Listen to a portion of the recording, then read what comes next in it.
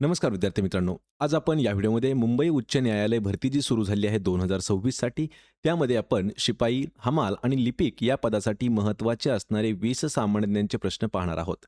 हा आपला उच्च न्यायालयावरती 24वा व्हिडिओ आहे आणि यापूर्वीचे जे काही व्हिडिओज आहेत त्यांची पूर्ण एक प्लेलिस्ट बनवलेली आहे. त्याची लिंक मी तुम्हाला डिस्क्रिप्शनमध्ये दिली आहे.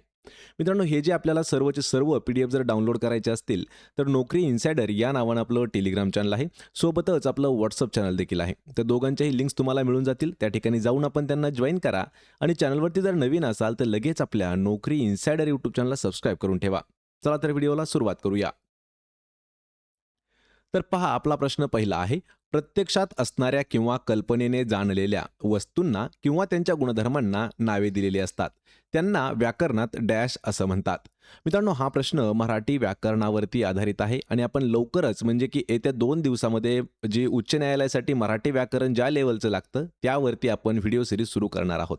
या ठिकाणी त्यातीलच एक प्रश्न आपण घेतलेला आहे. प्रत्यक्षात असणाऱ्या किंवा कल्पनेने जाणलेल्या वस्तूंना किंवा त्यांच्या गुणधर्मांना जी नावे दिलेली असतात त्यांना व्याकरणात काय म्हणतात?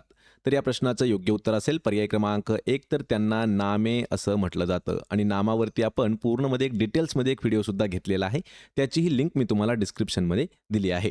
पर्याय क्रमांक 1 आपलं उत्तर होईल. यानंतरचा प्रश्न आहे प्रश्न दुसरा.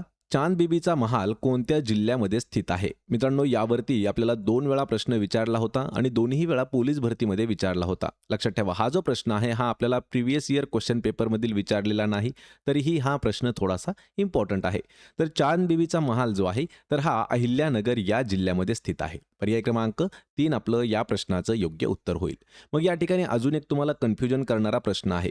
तर लक्षात ठेवा, चांद बीबी का मकबरा किंवा बीबी का मकबरा, चांद बीबीचा नाही सॉरी, बीबी का मकबरा जो आहे तर तो छत्रपती संभाजीनगरमध्ये आहे आणि चांद बीबीचा महाल जो आहे तो अहिल्यानगरमध्ये येतो. लक्षात ठेवा, माझ्याकडून मिस्टेक झाली बोलताना. चांद बीबी का मकबरा नाही तर फक्त बीबी का मकबरा आहे.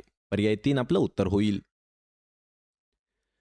प्रश्न क्रमांक 3 आहे. जागतिक शिक्षक दिवस खालीलपैकी कोणत्या दिवशी साजरा केला जातो?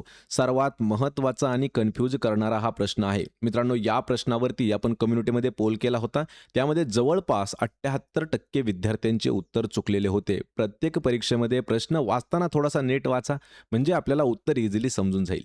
या ठिकाणी काय विचारलंय की जागतिक शिक्षक दिवस विचारलेला आहे आणि जागतिक शिक्षक दिवस हा 5 ऑक्टोबर या दिवशी साजरा केला जातो. पर्याय क्रमांक 1 आपलं उत्तर होईल. आणि या ठिकाणी जो 5 सप्टेंबर आहे तर त्याला फक्त आणि फक्त शिक्षक दिन म्हणून साजरं केलं जातं. लक्षात ठेवा. आणि हा जो आहे हा सर्वपल्ली राधाकृष्णन यांच्या स्मृती दिनानिमित्त साजरा केला जातो, शिक्षक दिन आपल्या भारतामध्ये. आणि जागतिक शिक्षक दिन हा 5 ऑक्टोबर या दिवशी साजरा केला जातो. पर्याय क्रमांक 1 आपलं या प्रश्नाचं उत्तर होईल. यानंतरचा प्रश्न आहे. भूकंपाची तीव्रता मोजण्यासाठी खालीलपैकी कोणत्या साधनांचा वापर केला जातो? काही काही ठिकाणी आपल्याला साधनांचा दिला जातो, काही ठिकाणी उपकरणांचा दिला जातो. तर आपल्याला भूकंपाची तीव्रता मोजण्यासाठी कोणतं उपकरण वापरलं जातं किंवा कोणत्या साधनाचा वापर केला जातो? तर त्यासाठी सेस्मोग्राफ वापरलं जातं. पर्याय क्रमांक 2 आपलं या प्रश्नाचं योग्य उत्तर आहे. प्रश्न क्रमांक 5 आहे. डॅश महाराष्ट्र राज्याचा क्षेत्रफळाच्या दृष्टीने सर्वात मोठा जिल्हा आहे. सरळ सरळ आणि एकदम सोपा प्रश्न विचारलेला आहे. क्षेत्रफळाच्या दृष्टीने महाराष्ट्रातील सर्वात मोठा जिल्हा कोणता आहे? आणि मित्रांनो, हा जो जिल्हा आहे तो येतो ऑप्शन क्रमांक 1, तर अहिल्यानगर क्षेत्रफळाच्या दृष्टीने सर्वात मोठा जिल्हा आहे. जर हा प्रश्न आपल्याला 2 ते 3 वर्षापूर्वी विचारला गेला असता तर त्या ठिकाणी अहमदनगर असं नाव दिलं असतं, कारण अहमदनगर जे आहे याचंच नवीन नाव अहिल्यानगर झालेलं आहे. लक्षात ठेवा. आणि क्षेत्रफळाच्या दृष्टीने सर्वात मोठा असणारा जिल्हा आहे अहिल्यानगर. पर्याय क्रमांक 1 आपलं उत्तर आहे. प्रश्न क्रमांक 6 आहे. वनांचा विश्वकोश त्याला एन्सायक्लोपीडिया ऑफ फॉरेस्ट असं म्हणतात, म्हणून कोणाची ओळख आहे? महत्त्वाचा प्रश्न आहे हा देखील. आपल्याला करंट अफेअर्स 2025 वरती हा प्रश्न आपण घेतलेला आहे. वनांचा विश्वकोश म्हणून कोणाला ओळखले जाते? तर या प्रश्नाचं योग्य उत्तर होईल पर्याय क्रमांक 1, तर तुलसी गौडा हे आपलं योग्य उत्तर होईल. पर्याय क्रमांक 1 अचूक उत्तर असणार आहे. मित्रांनो, हा प्रश्न थोडासा इम्पॉर्टंट आहे, याला आपण नोट करून घ्या किंवा या व्हिडिओची जशाच तशी PDF सुद्धा आपण डाउनलोड करून घेऊ शकता. प्रश्न क्रमांक 7 आहे. उत्क्रांतवादाचा सिद्धांत खालीलपैकी कोणत्या शास्त्रज्ञाने मांडलेला आहे? महत्त्वाचा प्रश्न आहे. उत्क्रांतवादाचा सिद्धांत कोणत्या शास्त्रज्ञाने मांडलेला आहे? यावरती प्रश्न आपल्याला जवळपास 16 ते 20 वेळापेक्षा जास्त विचारण्यात आलेला आहे. उत्क्रांतवादाचा सिद्धांत हा चार्ल्स डार्विन यांनी मांडलेला आहे. ऑप्शन क्रमांक 4 आपलं या प्रश्नाचं योग्य उत्तर होणार आहे. प्रश्न क्रमांक 8 आहे, लोकसेवा हक्क आयोगाचे मुख्य आयुक्त निवड समितीचे अध्यक्ष कोण असतात?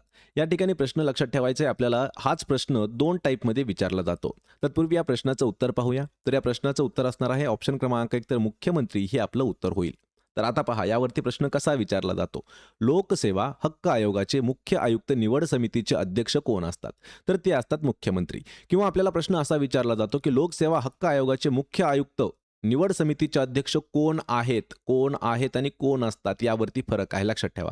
कोण आहेत म्हटल्याच्या नंतर आपल्याला 4 नावं दिले जातील. त्यामध्ये मुख्यमंत्र्याचं नाव सुद्धा दिलेलं असणार आहे. म्हणजे लक्षात समजून घ्यायचं की राज्याचा जो मुख्यमंत्री असतो तर तो लोकसेवा हक्क आयोगाचे जे मुख्य आयुक्त निवड आहेत त्या समितीचे अध्यक्ष असतात.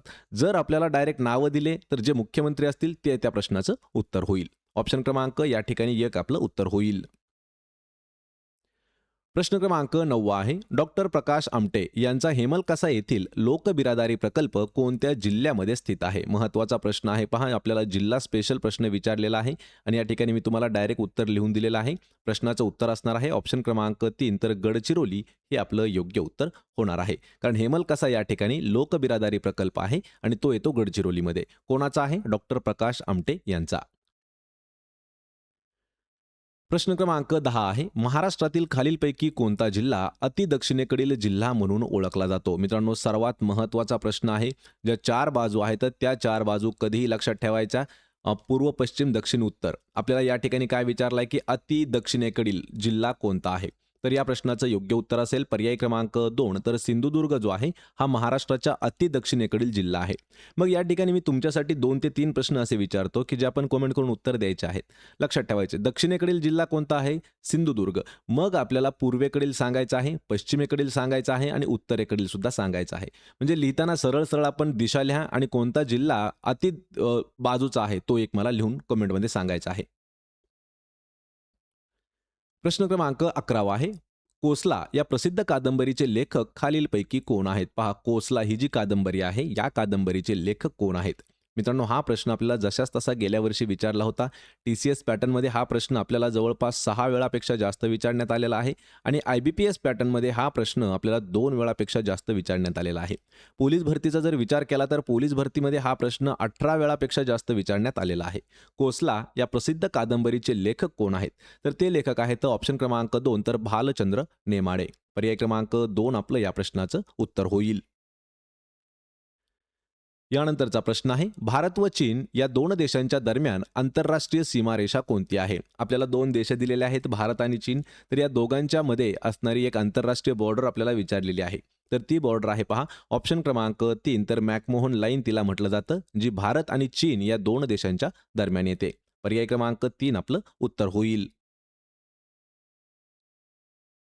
यानंतरचा प्रश्न आहे, ग्रामपंचायत सदस्य राजीनामा द्यावयाचा असल्यास त्यास तो डॅश यांच्याकडे सादर करावा लागतो. प्रश्न थोडासा समजावून घ्या. जर मी एक ग्रामपंचायत सदस्य आहे आणि मला जर माझ्या पदाचा राजीनामा द्यायचा असेल तर मी तो राजीनामा कोणाकडे सादर करू शकतो? सरळ सरळ प्रश्न आहे. जर आपल्याला ग्रामपंचायत सदस्याला राजीनामा जर द्यायचा असेल त्यानं तर तो द्यावा लागतो पहा ऑप्शन क्रमांक 2 तर सरपंचाकडे. पर्याय क्रमांक 2 आपलं या प्रश्नाचं उत्तर होईल. प्रश्न क्रमांक 14 आहे, नळदुर्ग किल्ला हा महाराष्ट्रातील कोणत्या जिल्ह्यामध्ये स्थित आहे?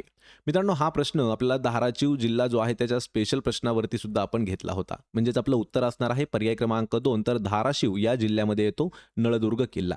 धाराशिवचं लक्षात ठेवायचं जुनं नाव काय आहे? तर उस्मानाबाद हे जे आहे उस्मानाबाद हे धाराशिवचं जुनं नाव आहे. आणि जर आपल्याला प्राचीन नाव विचारलं तर प्राचीन नाव सुद्धा धाराशिव आहे. लक्षात ठेवा, प्राचीन नाव धाराशिव आहे, नंतर उस्मानाबाद झालं आणि आत्ता सुद्धा धाराशिवच हे नवीन नाव असणार आहे उस्मानाबाद या जिल्ह्याचं.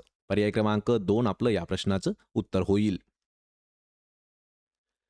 प्रश्न क्रमांक 15 आहे, मेजर ध्यानचंद्र खेलरत्न पुरस्कार 2024 खालीलपैकी कोणत्या खेळाडूला मिळालेला नाही? लक्षात ठेवा, प्रश्न खूप महत्त्वाचा आहे. मेजर ध्यानचंद खेलरत्न पुरस्कार याचं पूर्वीचं नाव काय होतं? तर राजीव गांधी खेलरत्न पुरस्कार होतं आणि याचं नवीन नाव लक्षात ठेवा मेजर ध्यानचंद खेलरत्न पुरस्कार 2024 या वर्षीचा कोणाला देण्यात आलेला नाही. तर या प्रश्नाचं उत्तर होईल पर्याय क्रमांक 4. तर आर अश्विन हा जो क्रिकेटर आहे यांना देण्यात आलेला नाही, म्हणजेच आपलं हे योग्य उत्तर होणार आहे. यामध्ये गुकेश डी, हरमनप्रीत सिंग आणि प्रवीण कुमार या तिघांनाही 2024चा खेलरत्न पुरस्कार जाहीर झाला होता. पर्याय क्रमांक 4 आर अश्विन हे आपलं उत्तर होईल. यानंतरचा प्रश्न आहे, नागपूर जिल्ह्यातील अंबाझरी तलावातून कोणत्या नदीचा उगम होतो? सर्वात इम्पॉर्टंट असणारा प्रश्न आहे. नागपूर जिल्ह्यातील अंबाझरी तलाव आहे, त्यामधून कोणत्या नदीचा उगम होतो? तर या प्रश्नाचं योग्य उत्तर आहे पर्याय क्रमांक 2. तर नाग या नदीचा उगम होतो अंबाझरी या तलावातून. मित्रांनो, तुमच्यासाठी एक प्रश्न विचारतो मी की नागपूर हा जो जिल्हा आहे हा कोणत्या नदीच्या काठावरती वसलेला आहे, किंवा नागपूर हे शहर कोणत्या नदीच्या काठावरती वसलेलं आहे? या प्रश्नाचं उत्तर मला आपण कमेंट करून द्यायचं आहे. यानंतरचा प्रश्न आहे, भारतातील खालीलपैकी कोणत्या शहराला गुलाबी शहर म्हणजेच पिंक सिटी म्हणून ओळखले जाते? सर्वात महत्त्वाचा प्रश्न आहे मित्रांनो. 2015 ते 2018 या 4 वर्षामध्ये हा प्रश्न आपल्याला जवळपास 8 वेळापेक्षा जास्त विचारण्यात आला होता. त्यामुळेच आपण हा प्रश्न मुद्दाम घेतलेला आहे. हा देखील प्रश्न प्रिव्हियस क्वेश्चन पेपरमधील आलेला नाही. तर पिंक सिटी म्हणून कोणत्या शहराला ओळखले जाते? या प्रश्नाचं योग्य उत्तर आहे पर्याय क्रमांक 4. तर जयपूर हे जे शहर आहे या शहराला पिंक सिटी म्हणतात. पर्याय क्रमांक 4 आपलं उत्तर होईल.